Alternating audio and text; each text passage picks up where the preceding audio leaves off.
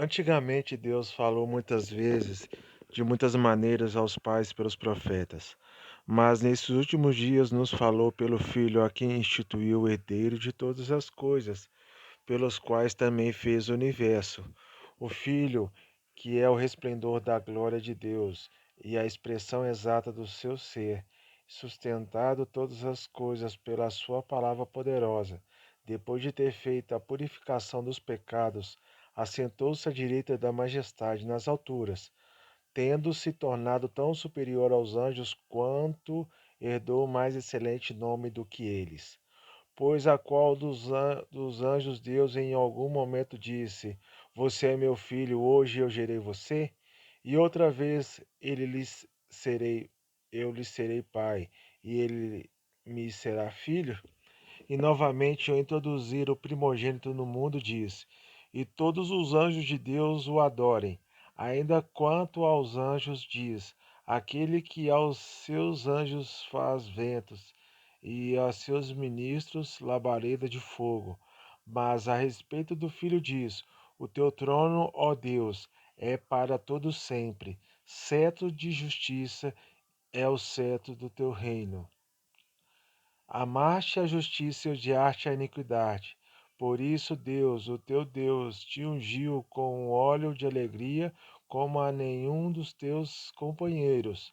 Assim diz ainda no princípio, Senhor, lançaste os fundamentos da terra, e os céus são obra das tuas mãos. Eles perecerão, mas tu permaneces, todos eles envelhecerão como veste, como manto tu os enrolarás, e como roupas serás igualmente mudados. Tu, porém, és o mesmo, e os teus anos jamais terão fim. Ora, a qual dos anjos Deus em algum momento disse: Senta-te-se à minha direita, até que eu ponha os seus inimigos por estrado dos seus pés? Não são todos eles espíritos ministradores enviados para serviço a favor dos que hão de herdar a salvação? Por essa razão, importa que nos apeguemos com mais firmeza às verdades ouvidas, para que delas jamais nos desviemos.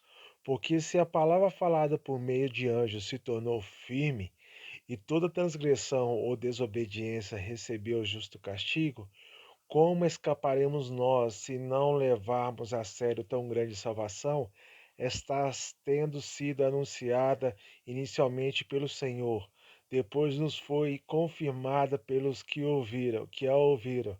Também Deus testemunhou juntamente com eles, por meio de sinais, prodígios, vários milagres e a distribuição do Espírito Santo, segundo a sua vontade. Pois não foi a anjos que Deus sujeitou o mundo que há de vir, sobre o qual estamos falando. Pelo contrário, alguém em certo lugar deu testemunho dizendo: Que é o homem que dele te lembres, ou filho do homem que o visites? Fizeste-o por um pouco menor do que os anjos, e de glória e de honra o coroaste. Todas as coisas sujeitastes debaixo dos teus pés. Ora, ao lhe sujeitar todas as coisas, nada deixou fora do seu domínio. Neste momento, porém, ainda não vemos todas as coisas a ele sujeitas. Vemos, porém, aquele que por um pouco foi feito menor do que os anjos, Jesus, que por causa do sofrimento da morte foi coroado de glória e de honra, para que pela graça de Deus provaste a morte por todos, porque convinha que Deus, por causa de quem e por meio de quem todas as coisas existem, conduzindo muitos filhos à glória, aperfeiçoasse por meio de sofrimentos o autor da salvação deles, pois tanto ao que santifica como os que são santificados, todos vêm de um só. É por isso que Jesus não se envergonha de chamá-los irmãos, dizendo: Aos meus irmãos declararei o teu nome, e no meio da congregação eu te louvarei. E outra vez, eu porei nele a minha confiança. E ainda, eis que estou eu e os filhos que Deus me deu. Visto, pois, que os filhos têm participação comum de carne e sangue, também Jesus igualmente participou destas coisas, para que por sua morte destruísse aquele que tem o poder da morte, a saber, o diabo, e livraste todos os que, pelo pavor da morte, estavam sujeitos à escravidão por toda a vida. Pois ele, evidentemente, não socorre anjos, mas socorre a descendência de Abraão. Por isso mesmo era necessário que em todas as coisas ele se tornasse semelhante aos irmãos, para ser misericordioso e fiel, sumo sacerdote nas coisas referentes a Deus e para fazer propiciação pelos pecados do povo, pois naquilo que ele mesmo sofreu quando foi tentado, é poderoso para socorrer os que, os que são tentados. Por isso, santos irmãos, vocês que são participantes da vocação celestial, considerem atentamente o apóstolo e sumo sacerdote da nossa confissão, Jesus, o qual é fiel àquele que o constituiu, como também Moisés foi fiel em toda a casa de Deus. No entanto, assim como aquele que edifica uma casa tem maior honra do que a casa em si, também Jesus tem sido considerado digno de maior glória do que Moisés, pois toda a casa é edificada por alguém, mas aquele que edificou todas as coisas é Deus. E Moisés foi fiel em toda a casa de Deus, como servo, para testemunho das coisas que haveriam de ser anunciadas. Cristo, porém, como filho, é fiel em sua casa. Esta casa somos nós, se guardarmos firmes a ousadia e a exultação da esperança. Por isso, como diz o Espírito Santo, hoje, se ouvires a sua voz, não endureça o coração como foi na rebelião no dia da tentação no deserto, onde os pais de vocês me tentaram, pondo-me à prova, e viram as minhas obras durante 40 anos. Por isso, me indignei contra essa geração e disse: o coração deles sempre se afastou de mim, afasta de mim, e eles não conhecem os meus caminhos. Assim jurei na minha ira: não entrarão no meu descanso. Tenham cuidado, irmãos, para que nenhum de vocês tenha um coração mau e descrente, que se afaste do Deus vivo. Pelo contrário, anime uns aos outros todos os dias, durante o tempo que se chama hoje, a fim de que nenhum de vocês seja endurecido pelo engano do pecado, porque temos nos tornado participantes de Cristo, se de fato guardamos firme até o fim a confiança que desde o princípio tivemos. Como se diz, hoje, se ouvirem a sua voz, não endureçam o coração, como foi na rebelião. E quem foram os que e quem foram os que ouviram e mesmo assim se rebelaram? Não foram todos os que saíram do Egito por meio de Moisés? E contra quem Deus se indignou durante 40 anos? Não foi contra os que pecaram, cujos cadáveres caíram no deserto? E a quem jurou que não entrariam no seu descanso, senão os que foram desobedientes? Assim vemos que não puderam entrar por causa da incredulidade. Portanto, visto que nos foi deixada a promessa de entrar no descanso de Deus, tenhamos cuidado para não parecer que algum de vocês deixou de alcançá-la, porque também a nós foram anunciadas as boas novas, exatamente como aconteceu com eles. Mas a palavra que eles ouviram, não lhes trouxe proveito, porque não foram unidos por meio da fé com aqueles que a ouviram.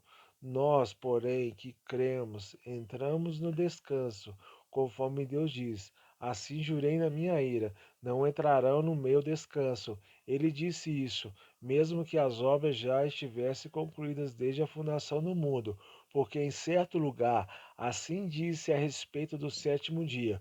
No sétimo dia, Deus descansou de todas as obras que tinha feito.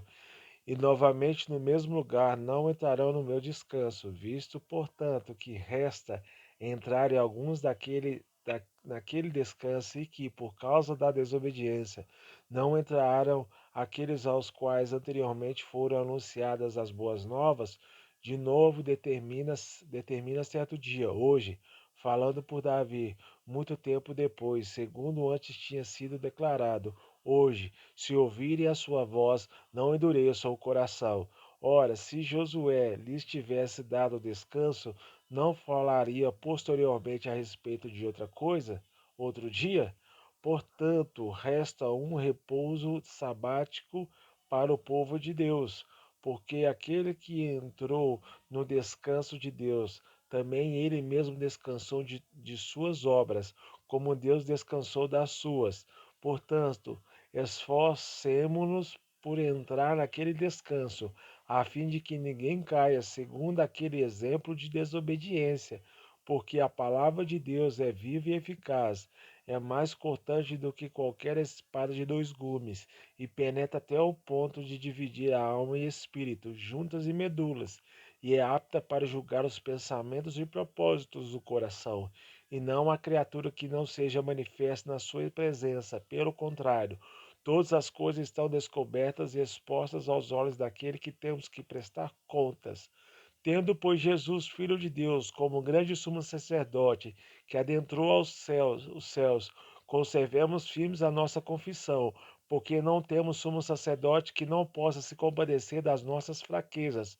Pelo contrário, ele foi tentado em todas as coisas, a nossa semelhança, mas sem pecado. Portanto, aproximemo-nos do trono da graça com confiança, a fim de recebermos misericórdia e encontrarmos graça para a ajuda do momento oportuno. Cada sumo sacerdote, sendo escolhido dentre os homens, é constituído nas coisas relacionadas com Deus, a favor dos homens, para oferecer dons e sacrifício pelos pecados. Ele é capaz de se compadecer dos ignorantes e dos que se desviam do caminho, pois também ele mesmo está rodeado de fraquezas. Por esta razão, deve oferecer sacrifício pelos pecados, tanto do povo como de si mesmo, e ninguém toma esta honra para si mesmo, a não ser quando chamado por Deus, como aconteceu com Arão. Assim também Cristo não glorificou a si mesmo para se tornar sumo sacerdote, mas quem o glorificou foi aquele que lhe disse: Você é o meu filho, hoje eu gerei você. E em outro lugar também diz: Você é o sacerdote para sempre, segundo a ordem de Melquisedeque.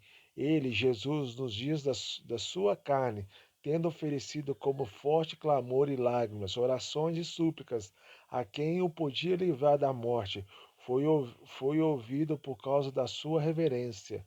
Embora fosse filho, aprendeu a obediência pelas coisas que sofreu, e tendo sido aperfeiçoado, tornou-se o autor da salvação eterna para todos os que lhe obedecem. E Deus o nomeou sumo sacerdote, segundo a ordem de Melquisedeque. A esse respeito, temos muitas coisas a dizer, coisas difíceis de explicar, porque vocês ficaram com preguiça de ouvir.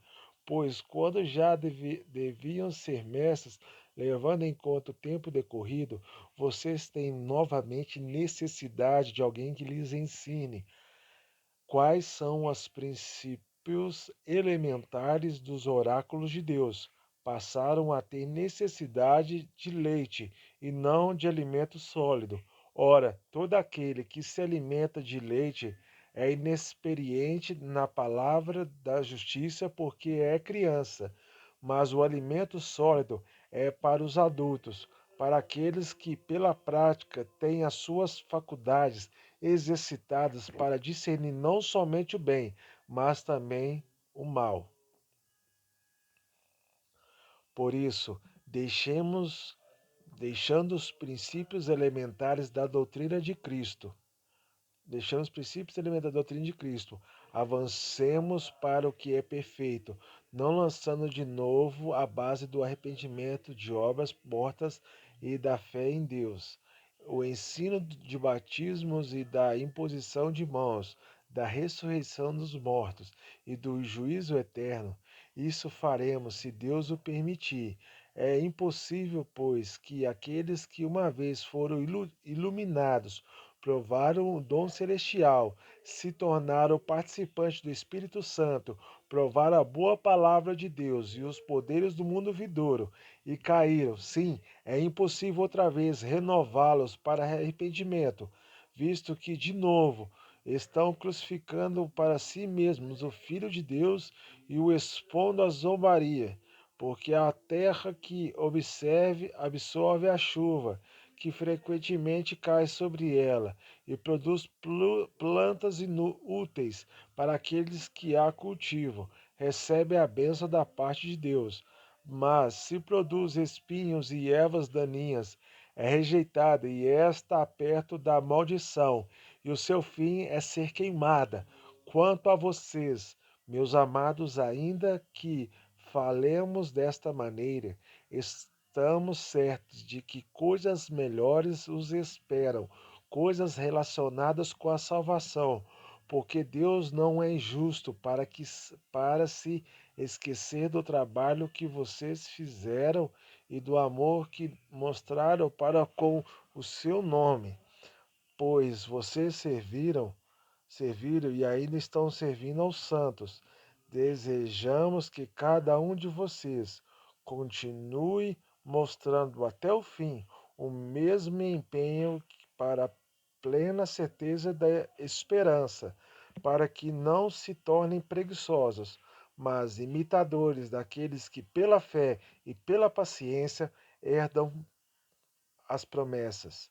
Pois quando Deus fez a promessa a Abraão, visto que não tinha ninguém superior por quem jurar, jurou por si mesmo, dizendo: Certamente eu os abençoarei e multiplicarei os seus descendentes. E assim, depois de esperar com paciência, Abraão obteve a promessa, porque as pessoas juram pelo que lhes é superior, e o juramento, servindo de garantia, põe fim a toda discussão. Por isso, Deus, quando quis mostrar com mais clareza aos herdeiros da promessa que o seu propósito era imutável, confirmou com um juramento. Ele fez isso para que, mediante duas coisas imutáveis, nas quais é impossível de que Deus minta, nós que já corremos para o refúgio, tenhamos forte alento para tomar posse da esperança que nos foi proposta. Temos esta esperança por âncora da alma, segura e firme, e que entra no santuário e que fica atrás do véu, onde Jesus, como precursor, entrou por nós, tendo se tornado sumo sacerdote para sempre, segundo a ordem de Melquisedeque, porque este Melquisedeque, rei de Salém, sacerdote do Deus Altíssimo, foi ao encontro de Abraão, quando este voltava da matança dos reis, e o abençoou. Foi para ele que Abraão separou o dízimo de tudo. Primeiramente, o nome dele significa da Justiça. Depois também é rei de Salém, ou seja, rei da paz, sem pai, sem mãe, sem genealogia. Ele não teve princípio de dias nem fim de existência, mas feito semelhante ao Filho de Deus, permanece sacerdote para sempre. Vejam como era grande esse a quem Abraão, o patriarca, pagou o dízimo tirando dos melhores despojos.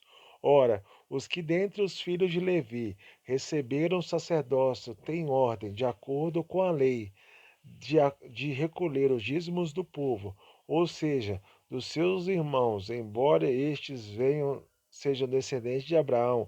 Entretanto, aquele cuja genealogia não se inclui entre os filhos de Levi recebeu dízimos de Abraão e abençoou aquele que havia recebido as promessas.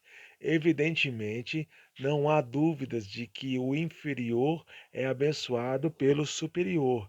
Aliás, aqui os que recebem dízimos são homens mortais, porém ali o dízimo foi recebido por aquele de quem se testifica que vive.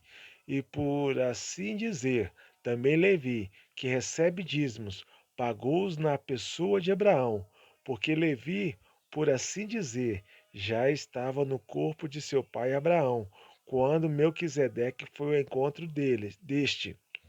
Portanto, se a perfeição fosse possível por meio do sacerdote levítico, foi, pois foi com base nele que o povo recebeu a lei, que, que necessidade haveria ainda de que se levantasse outro sacerdote segundo a ordem de Melquisedeque e não segundo a ordem de Arão? Pois quando se muda o sacerdócio, necessariamente muda também a lei, porque aquele de quem são ditas estas coisas pertence a outra tribo, da qual ninguém prestou serviço diante do altar, pois é evidente que nosso Senhor procedeu de Judá, tribo da qual Moisés nunca falou nada a respeito de sacerdócio. E isto é ainda mais, muito mais evidente, quando, à semelhança de Melquisedeque, surge outro sacerdote, constituído não conforme a lei de mandamento carnal, mas segundo o poder de vida de quem não tem fim, porque ele dele se testifica: você é sacerdote para sempre, segundo a ordem de Melquisedeque. Portanto, por um lado, se revoga a ordenança anterior, por causa de sua fraqueza e inutilidade, pois a lei nunca aperfeiçoou coisa alguma. E por outro lado, se introduz esperança superior, pela qual nos chegamos a Deus.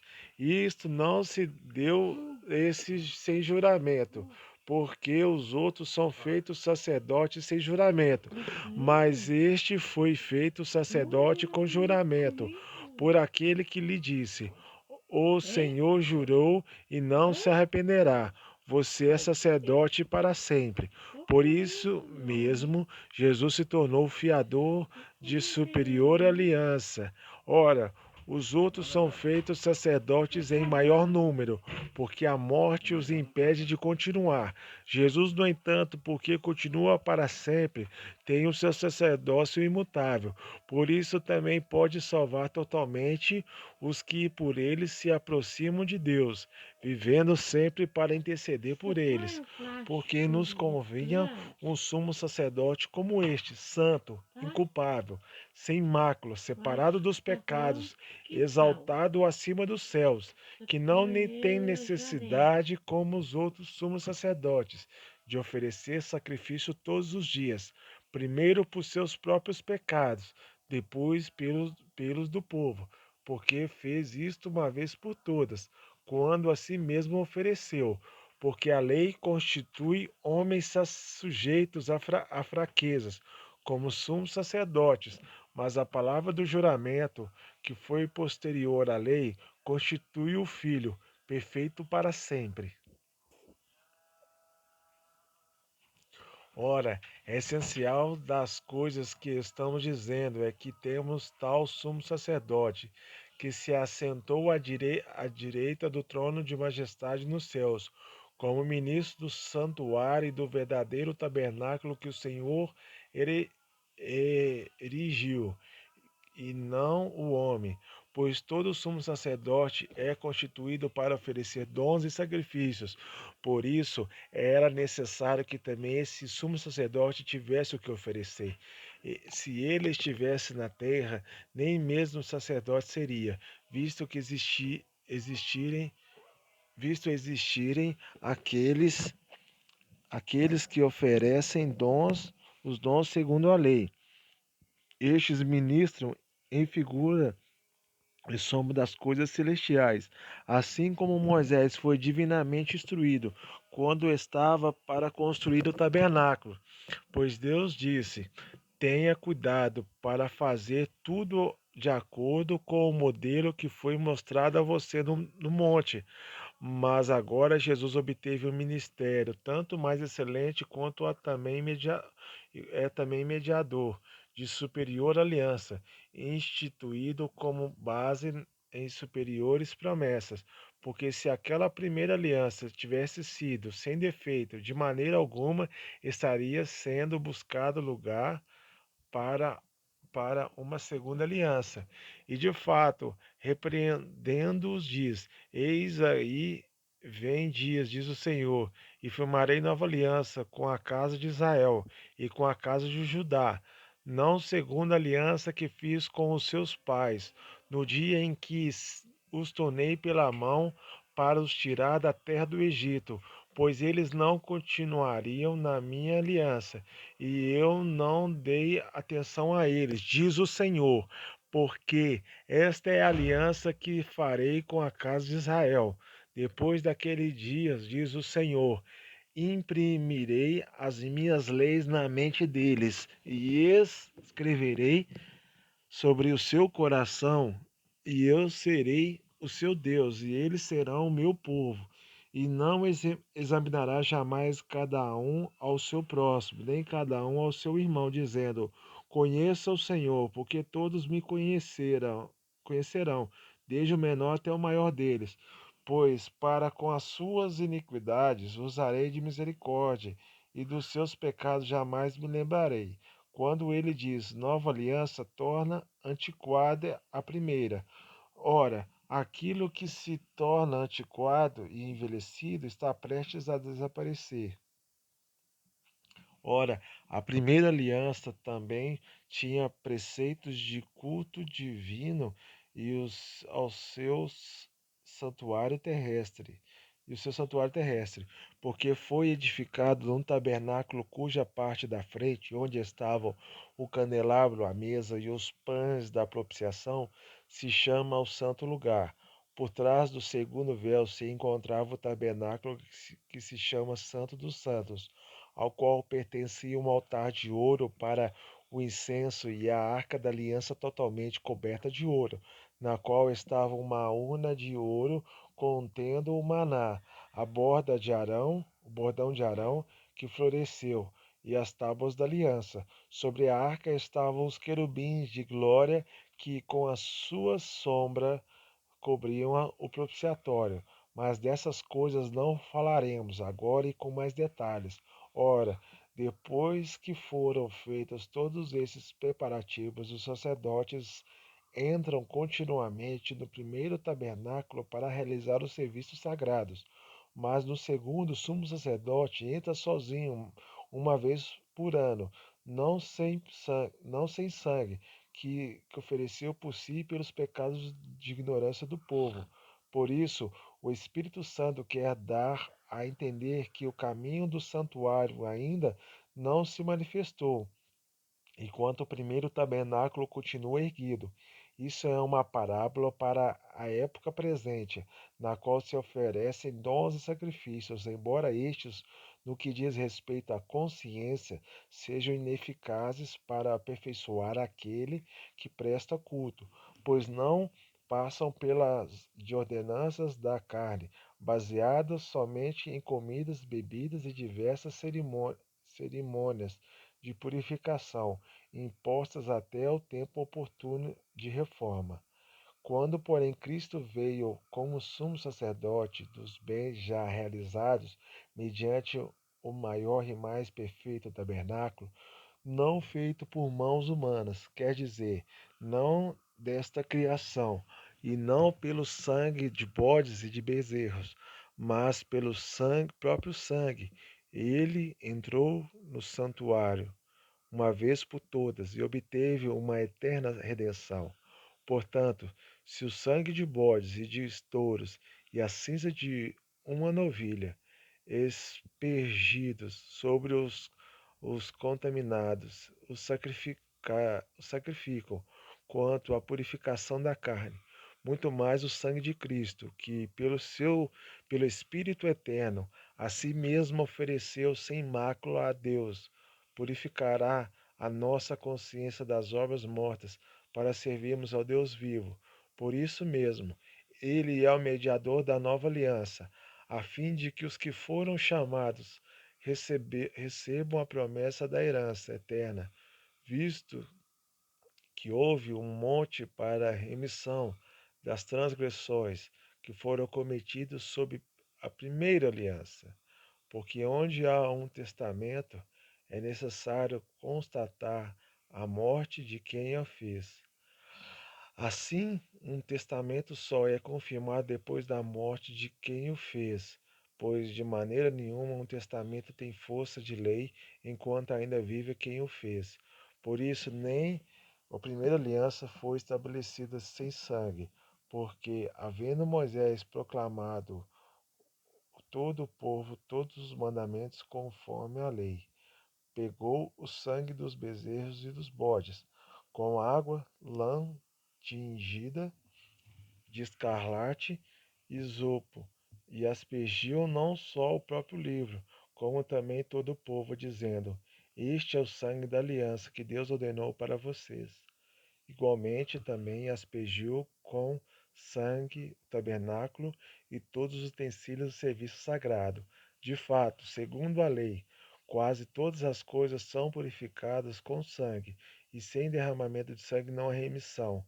Era necessário, portanto, que as figuras das coisas que estão nos céus fossem purificadas com tais sacrifícios, mas as próprias coisas celestiais requerem sacrifícios superiores àqueles, porque Cristo não entrou em santuário feito por mãos humanas, figura do verdadeiro santuário, porém no próprio céu, para comparecer agora por nós diante de Deus.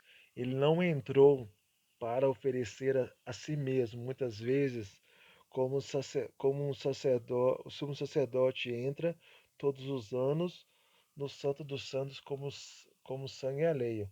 Se fosse assim, eles precisariam ter sofrido muitas vezes desde a fundação do mundo. Agora, porém, ao chegar ao fim dos tempos, ele se manifestou uma vez por todas para aniquilar o pecado por meio do sacrifício de si mesmo. E assim como os homens está ordenado a morrerem uma só vez, vindo depois disso o juízo, assim também Cristo, tendo se oferecido uma vez por todas para tirar os pecados de muitos, aparecerá a segunda vez, para não tirar pecados, mas para salvar aqueles que esperam por ele. Ora, visto que a lei é apenas uma soma dos bens vindouros, não a imagem real das coisas, nunca consegue aperfeiçoar aqueles que aproximam de Deus com os mesmos sacrifícios que no ano após ano, continuamente eles oferecem. Por isto, fosse impossível, será que os sacrifícios não teriam deixado de ser oferecidos? Porque os que prestam culto, tendo sido purificados uma vez por todas, não mais teriam consciência dos pecados. Entretanto, nesses sacrifícios ocorre recordação de pecados todos os anos, porque é impossível que o sangue de touros e de bodes remova pecados.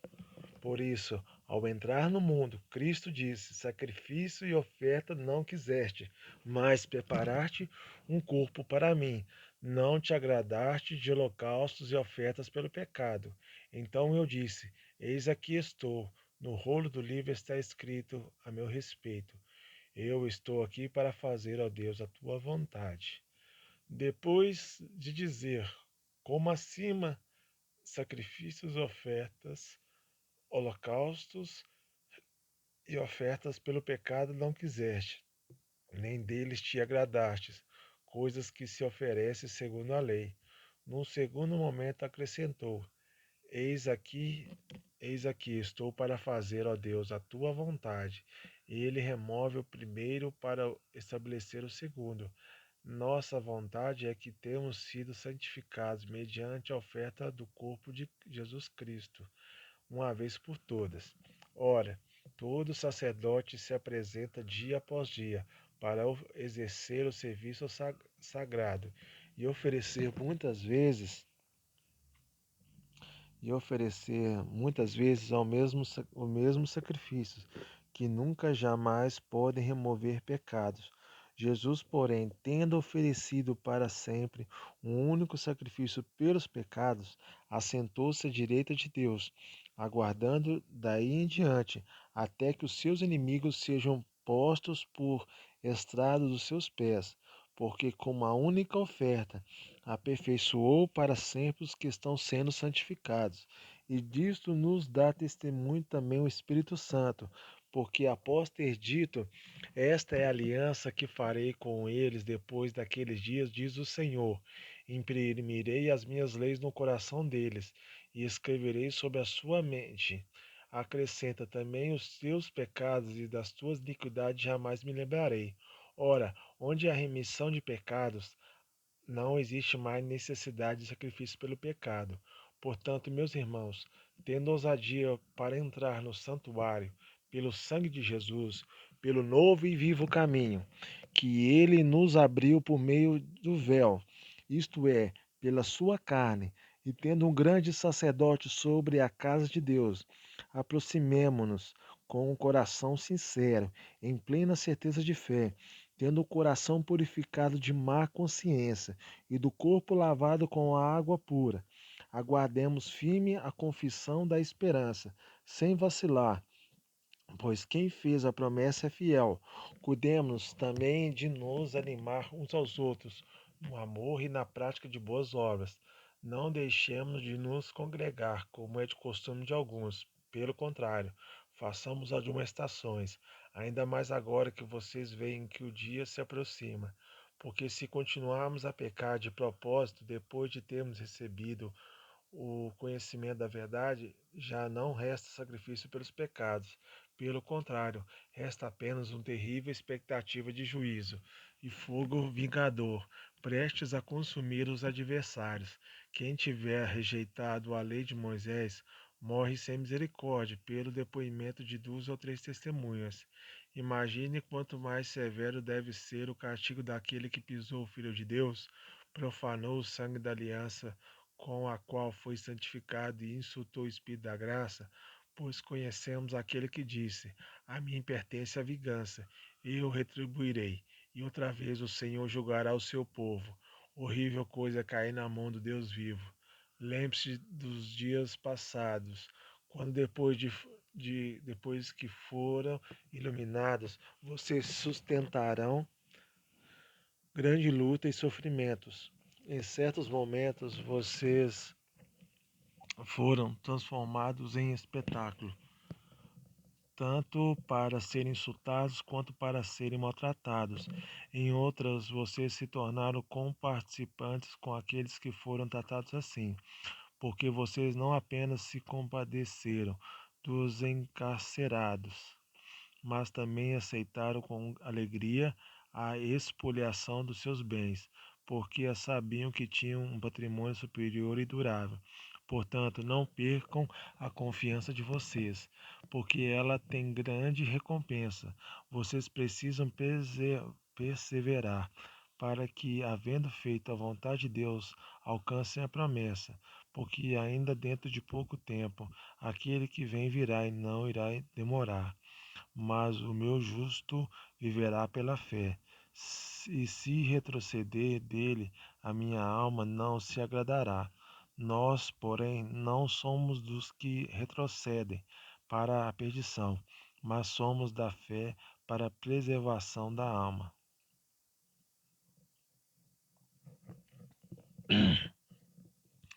Ora, a fé é a certeza de coisas que se esperam e a convicção de fatos que não se veem. Pois é pela fé os antigos obtiveram bom testemunho. Pela fé entendemos que o universo foi formado pela palavra de Deus, de maneira que o invisível veio a existir das coisas que não são visíveis. Os primeiros heróis. Pela fé, Abel ofereceu a Deus um sacrifício mais excelente do que Caim, pelo qual obteve testemunho de ser justo, tendo a aprovação de Deus quanto às suas ofertas por meio da fé, mesmo depois de morto ainda fala.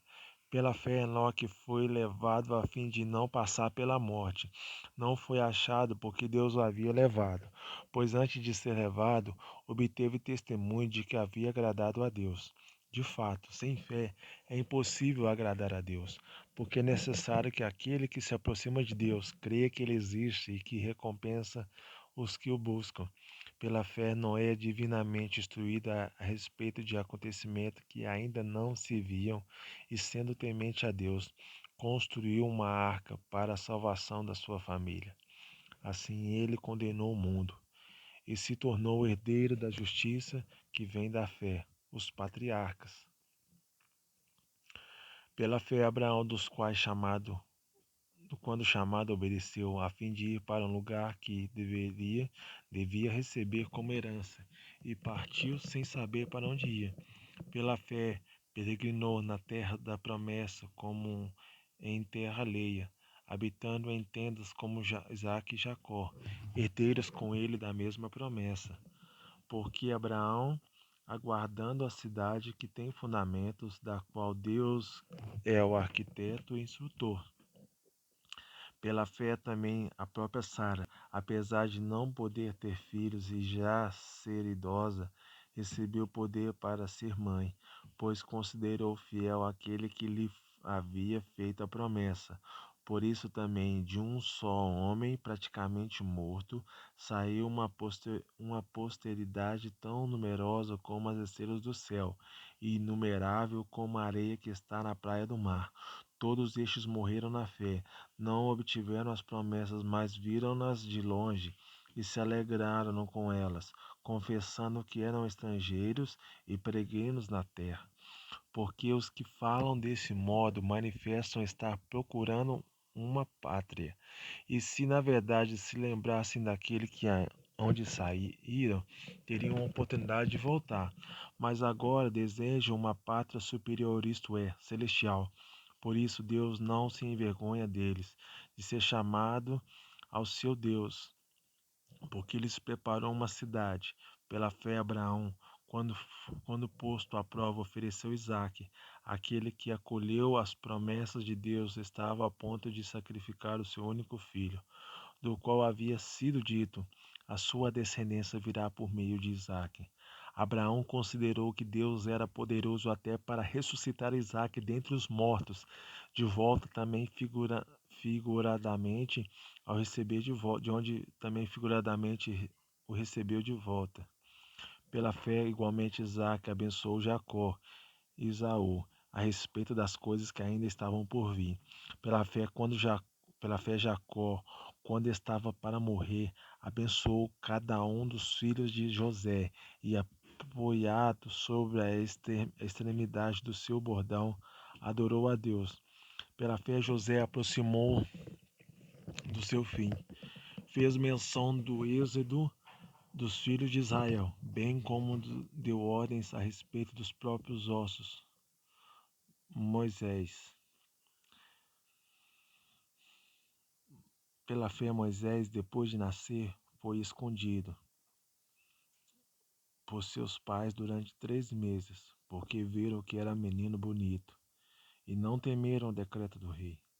Pela fé, Moisés, sendo homem feito, recusou ser chamado filho da filha de Faraó, preferindo ser maltratado junto com os povos de Deus, a usufruir os prazeres transitórios do pecado.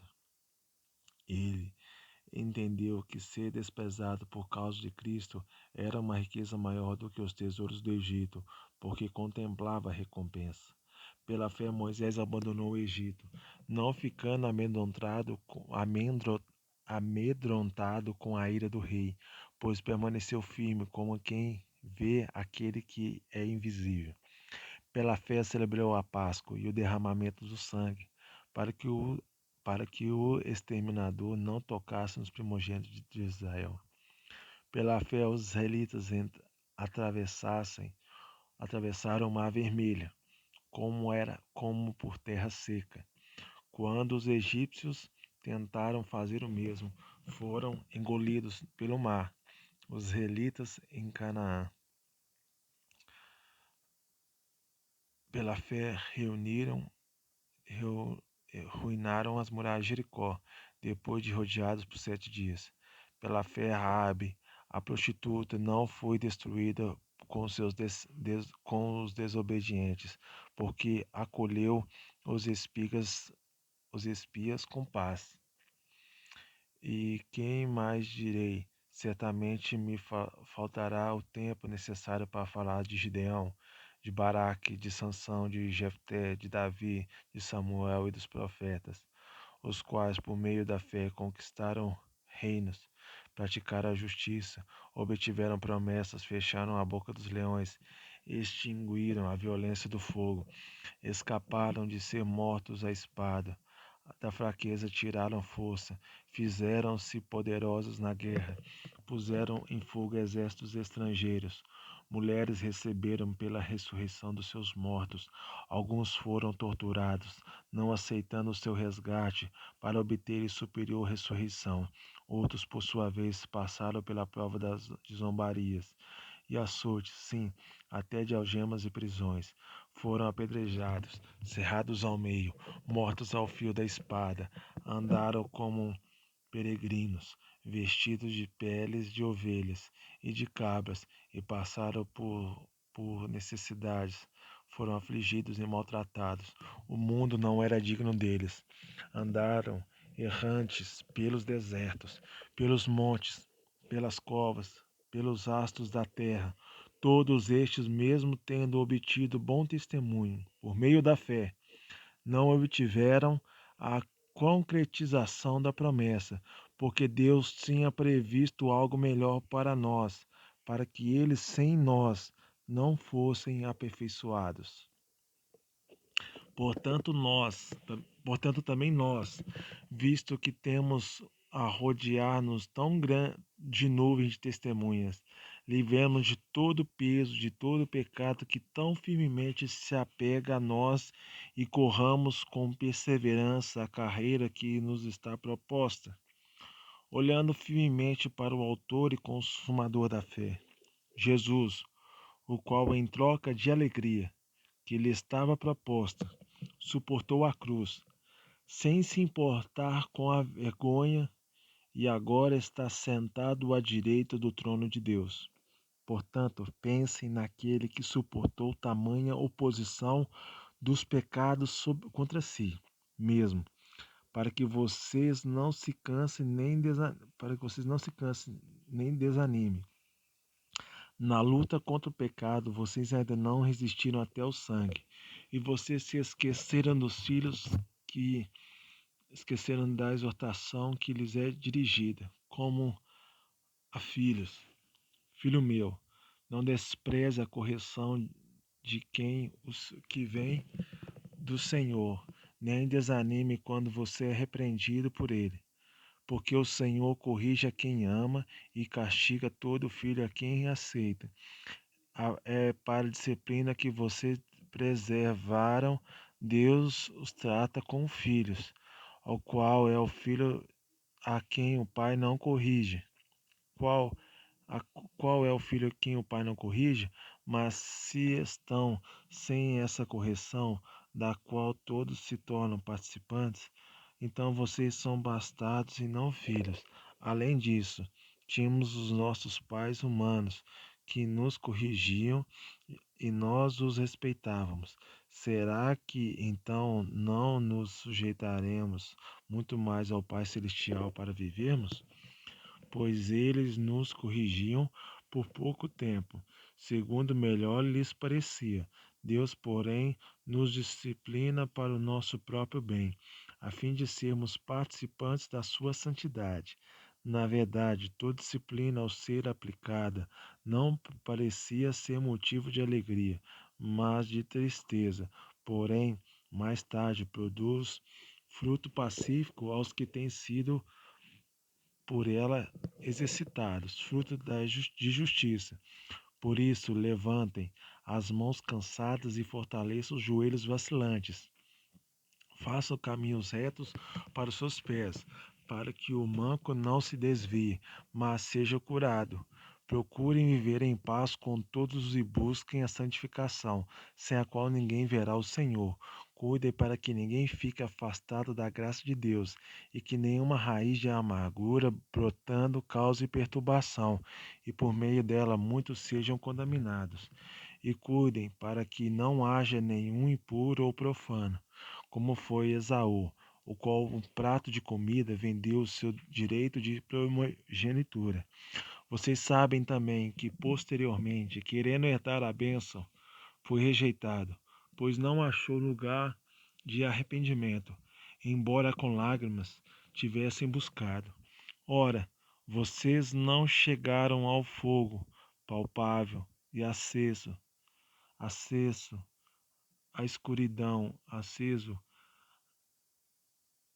a escuridão, as trevas, a tempestade, ao toque da trombeta e ao som de palavras tais que aqueles que ouviram isso pediram que não lhes fosse dito mais nada, pois já não suportavam o que lhes era ordenado.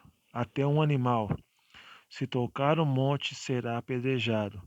Na verdade, o espetáculo era tão horrível que Moisés disse: Estou apavorado e tremo. Pelo contrário, vocês chegaram ao Monte Sião, a cidade do Deus vivo, a Jerusalém celestial, e a milhares de anjos vocês chegaram à Assembleia Festiva, a igreja dos primogênitos arrolados dos céus. Vocês chegaram a Deus, o juiz de todos, e o Espírito dos justos aperfeiçoados, e a Jesus, o mediador da nova aliança, e ao sangue da aspersão, pela qual pela que fala melhor do que o sangue de Abel. Tenham cuidado e não se recuse a ouvir aquele que fala, pois se os que se recusaram a ouvir quem divinamente os advertia na terra não escaparam, muito menos escaparemos nós se nos desviarmos daquele que nos céus nos adverte. Aquele tempo, a voz dele abalou a terra, mas agora ele promete, dizendo: Mais uma vez eu farei tremer não só a terra, mas também o céu. Ora, as palavras mais uma vez significam a remoção dessas coisas abaladas, ou seja, as coisas criadas, para as que permaneçam as coisas que não podem ser abaladas. Por isso, recebendo nós um reino inabalável, retenhamos a graça pela qual sirvamos a Deus de modo agradável, com reverência e temor, porque o nosso Deus é fogo consumidor. Seja constante o amor fraternal. Não se esqueçam da hospitalidade, pois alguns praticando sem a saber acolheram anjos.